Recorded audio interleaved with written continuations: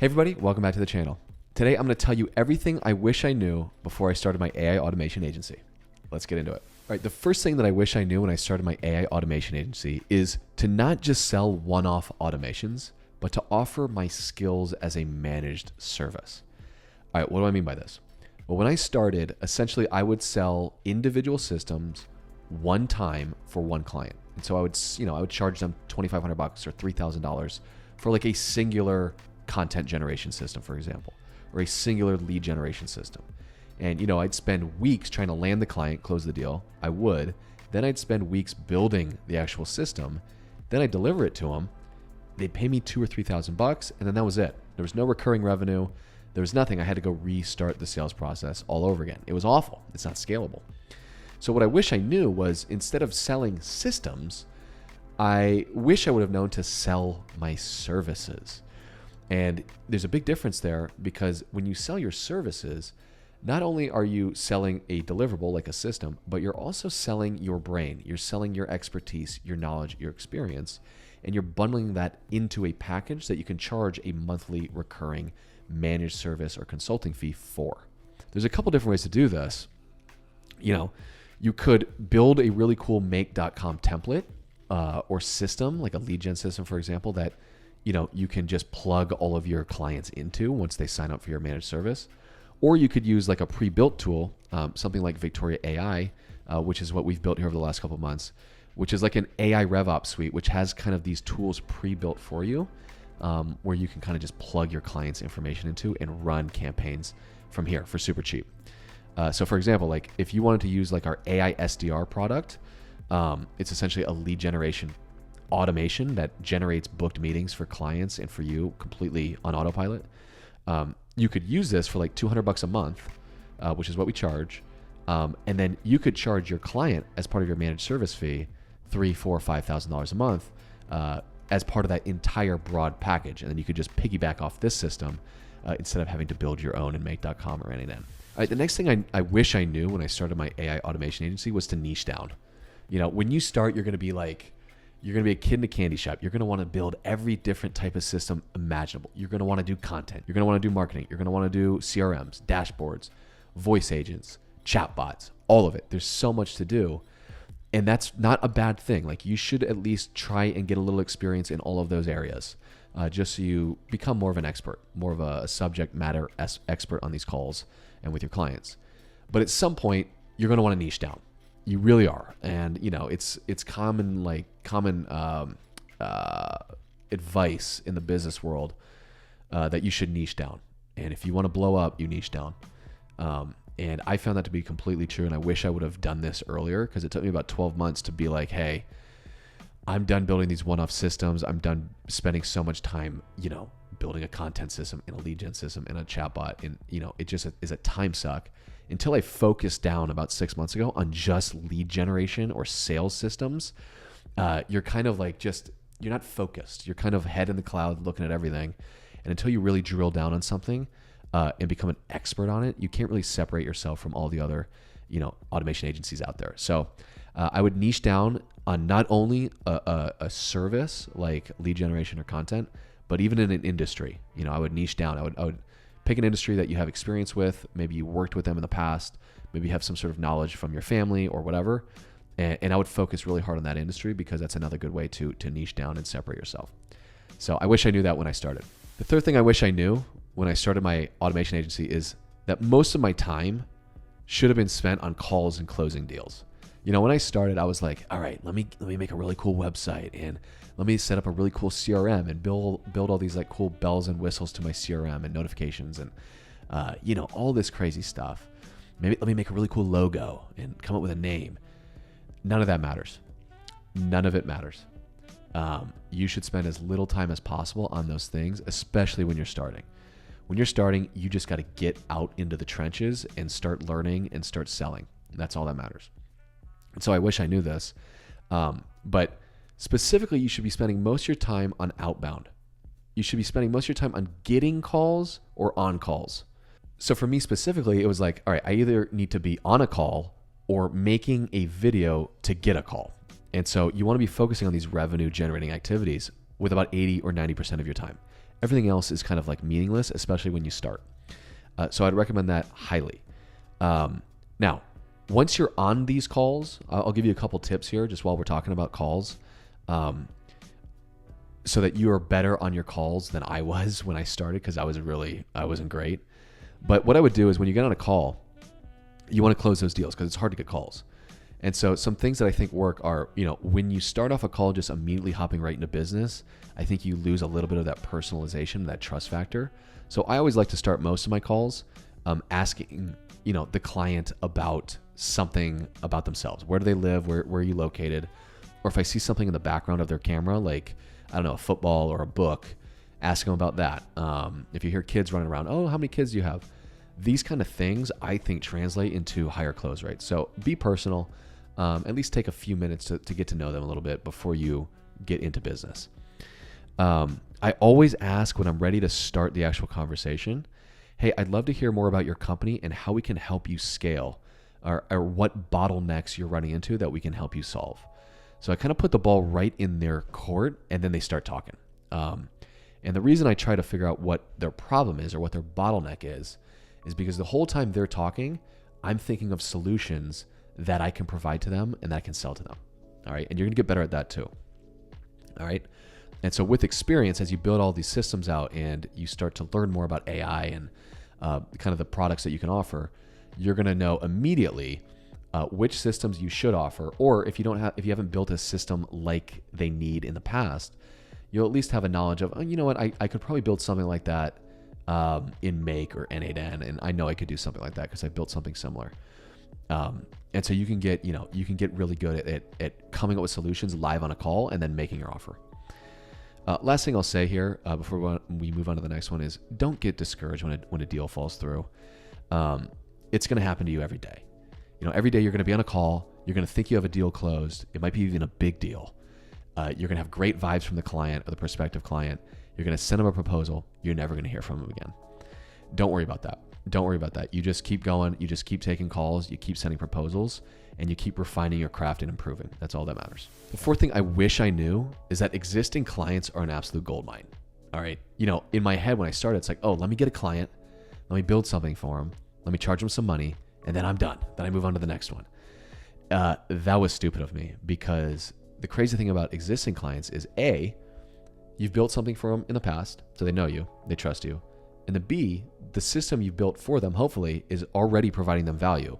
So when you go to them with a new idea, or you see a new product that comes out that you think could help them, you should email them, you should text them and say, hey, this new thing came out.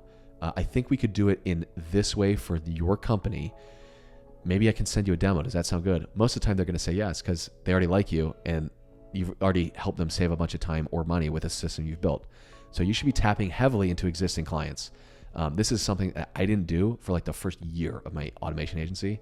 And I very much wish I would have, because this has been a big unlock for me on my way to scaling the company. Now, the fifth thing that I wish I knew is I wish I wasn't bashful when I was quoting, when I was, making an offer. I struggle with this. I still do. I'll get on a call. I like the person. I know what I'm going to build for them, and I know it's not going to take me that much time, but I'm quoting, or you should be quoting, for like the value you're giving them or the time you're saving them, and what is their time worth? And you try to like figure that out. Most of the time, I feel like I'm drastically underquoting. And I've had people come to me, especially for like voice agents, when I build them for like $3,000 or $4,000, and they go, dude, you're charging like half what you should be. You should be charging $8,000 for this. And in my head, I'm like, what? Really? Like, this doesn't take me that long. But it doesn't matter. So what I would say is, don't be afraid to be aggressive in your first offer. If a client gets an offer and they think it's too much, they'll tell you. At that point, you can kind of negotiate down and ask them, hey, what is your budget? Maybe I can work with you since since I like you so much. You can kind of play that kind of game. But I would say don't undersell yourself. Don't undersell yourself. A lot of these clients, you can't forget, A, they don't know how to build these things. B, they're under pressure from their boss or their stakeholders to transform their company with AI. And C, most people just don't want to learn new things. They'll pay you to be lazy, basically. So keep that in mind. You have all the leverage here. You don't want to get greedy or anything, but don't undersell yourself either. So I say whatever you think you should charge, add 50% to it and see what happens. That's my advice. All right, number 6. And this is a really important one, guys. This is such an important one. Don't work for free. Don't work for free ever. Every deal you close, you should be taking 50% down payment up front as a sign of good faith. I got absolutely burned 6 months ago, where I spent months building a system for somebody and I never got paid. And it's completely my fault because I didn't take money up front. I didn't take a down payment. It almost crushed my business. It almost sent me packing.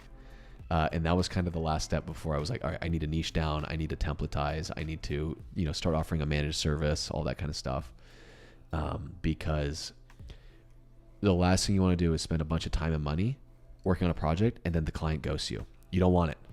So if you think it's uncomfortable to ask for money up front, or, if the client just doesn't trust you and they don't want to do it, walk away, because you could completely ruin your entire business, your entire future if you've bet everything on it, trusting somebody you've met a couple times on like a Zoom call. So take 50% up front as a sign of good faith. That's mandatory. Number 7, have a smooth onboarding process. So this entire business, this AI automation agency business, it's a client business. It's a relationship business. Like we talked about a couple of minutes ago, it's like existing clients matter. You can scale your company through referrals and existing client work, and you're only going to do that if your client has a good experience with you and your company, and you provide them value. The first, maybe not the first impression they have of you, but one of the very first impressions they have on you is your client onboarding process. So you close the deal, and now you're prepping to start their build. What does that process look like? Your client is going to learn a lot about you and your company during that process. So if you can have that buttoned down and clean and automated as much as possible, they're going to respect you, trust you, and like you even more and pay you more money in the future for other builds. So I have a video on this. I'll have it linked up above on kind of how I do my onboarding process. But I would highly recommend this. The first 6 months of my agency, I didn't have this in place, and I used to dread onboarding calls because I'd have to walk through every client like, hey, here's how you sign up for Webflow, and here's how you sign up for make.com. And I'd have to do it live with them, and it sucked. And so I was like, you know what? I need to automate this. I need to put this on them. And it's just improved relationships. It's improved the flow. It's freed up my time. And so have a smooth onboarding process, or put at least a little bit of time thinking about what you want to do. It's incredibly important. All right, guys, I'm just going to drop in here and do a cheeky little plug for our new AI RevOps suite that we've built named Victoria AI. Essentially, what we're trying to do is bring enterprise-level AI RevOps solution to you guys for small business prices. This system right here is called our AI SDR system. One of the hardest things to do when you're starting your AI automation agency is to generate leads. It's really, really hard to do. This system tries to solve that issue for you completely on autopilot. Essentially, what it does is it allows you to connect your LinkedIn and email accounts to our system and then automate multi-channel personalized outreach to your lead list or your ICP. And it's going to book meetings for you completely on autopilot. So if you want to sign up for our system, it's $200 a month. It's incredibly cheap for the value you're getting.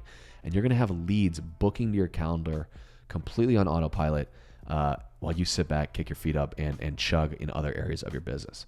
So if you guys are interested in learning more about this software or other systems that we're going to be releasing here over the next couple of weeks, please get down in the description below. I will have a link to Victoria AI down there where you can go explore, sign up for free, and join us in this journey. So thank you guys so much. Let's get back to the video. All right, the 8th thing that I wish I knew when I started my AI automation agency is that scope creep is real, and it's really real.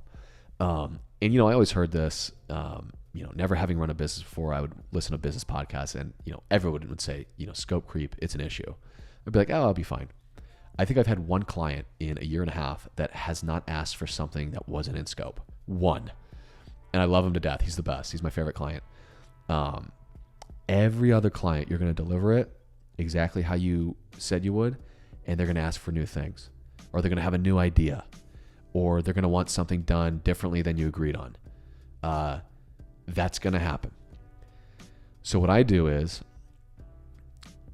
I try and show as much good faith as possible. If it's something small and if the client has been respectful and easy to work with, I'll normally just do it almost as an investment. I think of it like, okay, this is out of scope, but I think I would work with this client again in the future, and there's potentially another deal here for me. So I'm going to show this goodwill as an investment in maybe like a future deal. But if a client is kind of difficult to work with and they're asking for a big change, you hold your ground. Hold your ground. Say, hey, this is going to cost you X, Y, Z, or anything over this is going to be an hourly rate. And you just say it to them. I've never had a client ever that I said something like that to get mad at me or say no. They all say yes. They're all trying to get as much out of you as possible for what they paid. All of them. And so if you hold your ground and say, hey, this is going to be more, they will all say yes. They will all say yes. I haven't had a single one say no. I think in a way, holding your ground and showing that line in the sand, I think in a way they almost respect you more. And they're like, okay, no, like this dude, he gets it. Like, this is business. Let's go. So don't be scared to do that. Another thing I'll say is, and this is something I really wish I would have known, is that if a prospective client is difficult in the sales process, like if you send them a proposal and they literally go through line by line and they want like 3 words changed in the 8th clause on the last page, or they're trying to get like $250 off the build. Like if you quote them like $5,000, they want it for like $4,750.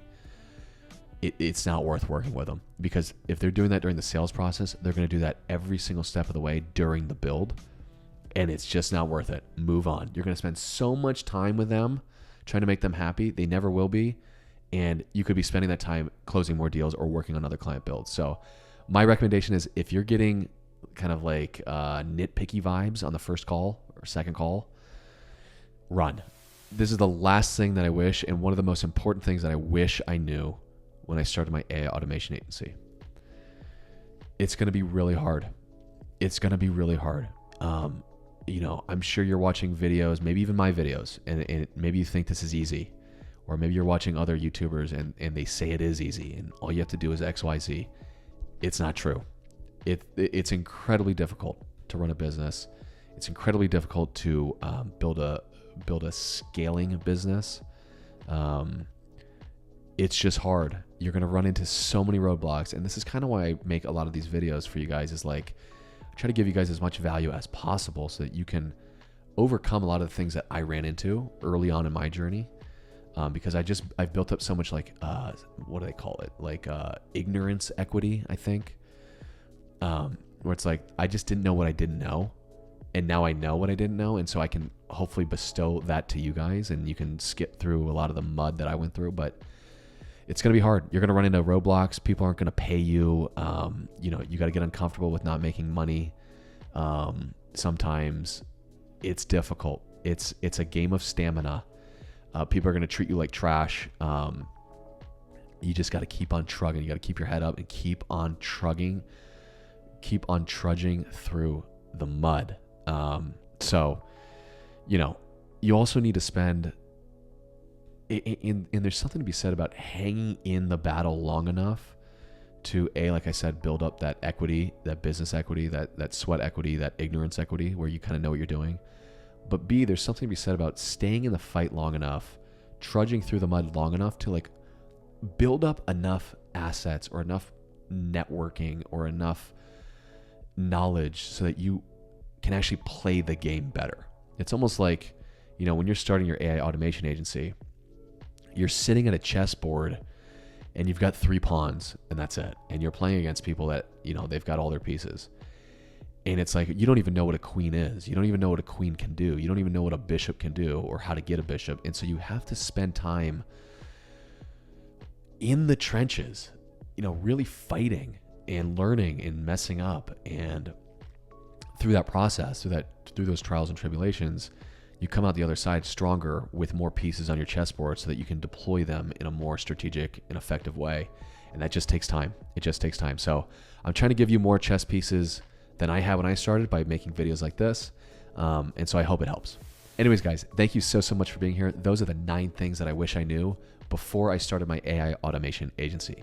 If you guys like this video, go down and smash that like button for me. I'd really appreciate it. If you want to see more videos like this in the future, consider subscribing. That would be awesome. If you have any questions or comments, get down there and let me know in the comments. And thank you guys so much for being here. It's really a pleasure having you here along on this journey with me. So I'll see you guys in the next video. Peace.